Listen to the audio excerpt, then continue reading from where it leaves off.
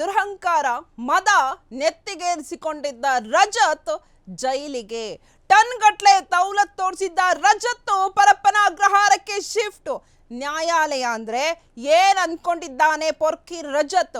ನ್ಯಾಯಾಲಯ ಅಂದ್ರೆ ದೇವರ ಸಮಾನವಾದದ್ದು, ಅದರದ್ದೇ ಆದ ಗೌರವ ಇದೆ.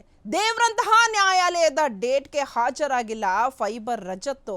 ಬಸವೇಶ್ವರ ಪೊಲೀಸ್ ಠಾಣೆಗೆ ಬಕೀಟ್ ಗಟ್ಲೆ ಕಂಪ್ಲೇಂಟು ಬಂದಿವೆ. ಮಚ್ನಾಶ ಮಾಡಿದ್ದಾನೆ, ಏನ್ ಕಿತ್ಕೊಳ್ತಿರೋ ಅಂತ ಹೇಳಿರೋ ರಜತ್ತು ಪೊಲೀಸರು ನನ್ನನ್ನು ಏನೂ ಮಾಡೋಕ್ಕಾಗಲ್ಲ ಅಂತ ದೌಲತ್ ತೋರಿಸಿದ ರಜತ್ತು. ಇಂತಹ ದುರಹಂಕಾರಿ ರಜತ್ನ ಪೊಲೀಸರು ಬಿಡಲೇಬಾರ್ದು.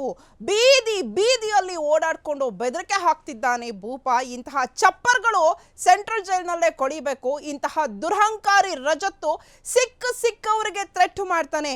ಇಂತಹ ಅವಿವೇಕಿಯನ್ನ ಪೊಲೀಸರು ಸುಮ್ಮನೆ ಬಿಡಲೇಬಾರ್ದು.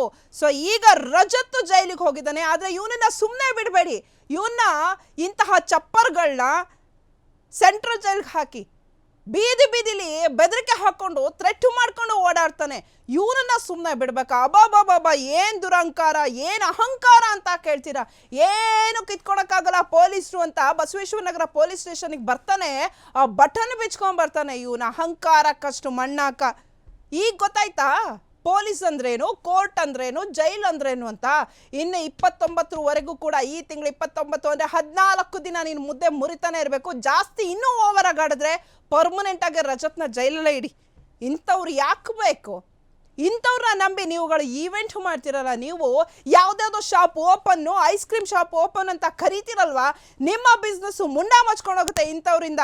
ಹೇಳ್ತಿದ್ದೀವಿ ಕೇಳಿ, ಯಾವುದೋ TV ಚಾನಲ್, ಯಾವುದೋ ಶೋಗಂತೂ ಇವನ್ನ ಕರಿಲೇಬೇಡಿ, ನಿಮ್ಮ ಶೋ ಎಕ್ಕುಟ್ಟು ಹೋಗುತ್ತೆ.